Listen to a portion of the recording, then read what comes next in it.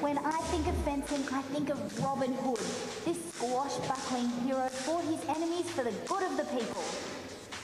But in the modern day sport, competitors fight not for blood or for honour, but for points. The aim of the activity is to score touches within a target area and never to cause harm or injury. Now, David, fencing looks like quite a dangerous sport, but it actually isn't. No, it's not, Natalie. It's really, really safe. When the little kids start, and they're 4 to 6 years old, they use foam swords like this, and as you can see, they're very, very safe. They won't hurt you at all. And when they're a little bit older, then they may use the plastic swords, and the plastic swords again, they're very, very soft, they're very safe. And flexible. And flexible. And it's very important that they're very flexible.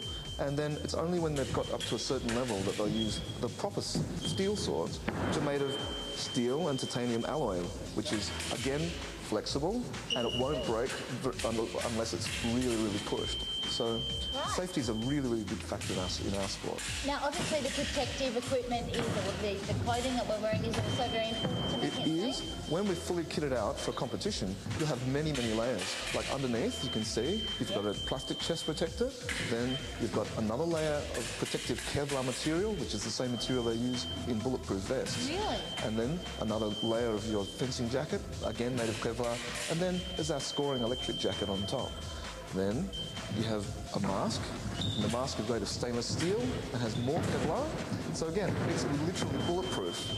Then you've got a glove to protect your hand, you've got breeches on underneath as well, and altogether, as safe as you can be.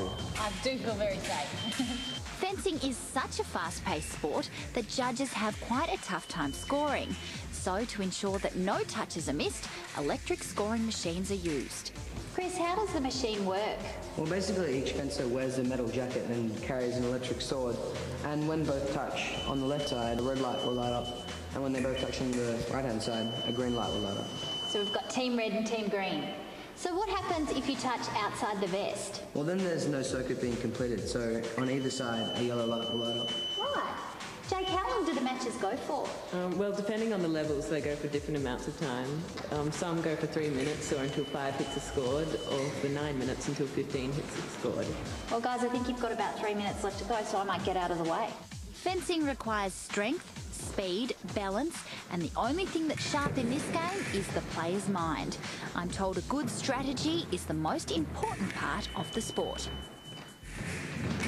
Catherine, what makes a good fencer? Well, anyone can fence. It doesn't matter if you're young or old or tall or short. It's about determination and perseverance. It doesn't really matter how strong you are. It's mainly how hard you train and all the strategies you use. Okay, and I guess all the rest you'll learn while you're on the job. Yeah. Genevieve, how long have you been fencing? About 2 years. I started because Catherine, my little sister, wanted someone to fence with. It'd be very interesting watching a fight in your house, I'd imagine. TC, you look like you've had a bit of fencing success. Yeah, I've won many medals and many trophies. And one of them is this under 13 Queensland Championship one. Wow, you're a champion. Yep. Now, why do you like it so much? It's just really fun and it's different, so you can show off at school. Of course. Well, we look like we've got a bit of a match going on here, so let's have a look. Halt. The attack was parried. Riposte, touche, point. The bout was won by Chris 5-4.